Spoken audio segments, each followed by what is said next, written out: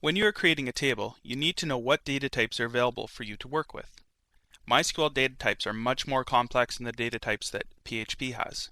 To begin with, you need to predefine not only the type of the data, but the restrictions on that data, the length of a string, precision of a decimal number, precision of an integer, etc. I will go through some of the more often used data types here, and you can find more by searching for column types in the MySQL documentation. So first are numeric types. There are a few different kinds of integers that you can use. Before I describe them, you should know that you can set them to be signed or unsigned. If an integer is signed, which is the default, then its range includes the minus range, for example, minus 126. If it is unsigned, then you can get only positive ranges on the integer. Any minus values will be dropped. So without further ado, here are the integers available. First, we have tinyInt, which can be signed or unsigned. Its range signed is minus 126 to 127. Those are the numbers that data can contain. Its unsigned range is from 0 to 255. smallint, which is the next size up, its range is from minus 32,768 to 32,767 signed, unsigned from 0 to 65,535.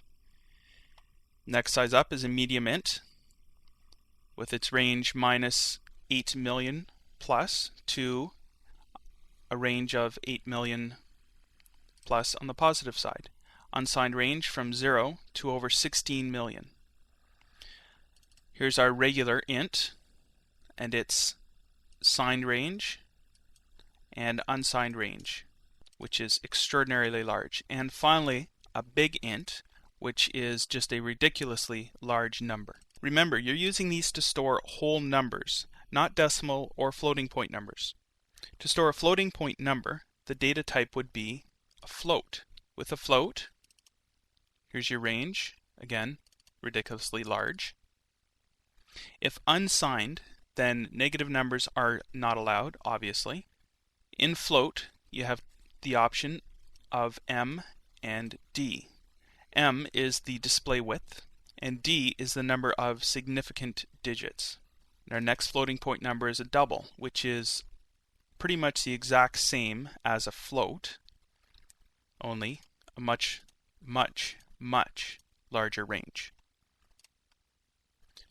As with the float, unsigned negatives are not allowed.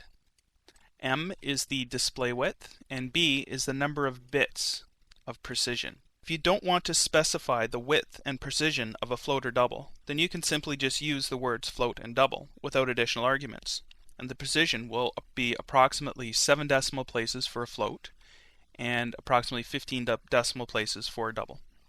I do have to admit that I rarely use floats or doubles. Most of my programming involves currency, so I use the decimal data type. In the decimal, you specify the total number of digits in the M field and the number of decimals in the D field. So, for example, decimal 10,2 is going to allow you to enter a number up to 10 digits long with up to 2 decimal places. If you choose not to specify decimals or digits, the defaults are 0 decimals and 10 digits. So that covers the most often used numeric types. We'll cover date and string types in following movies. I will as well bring this all together with creating a table when we are done.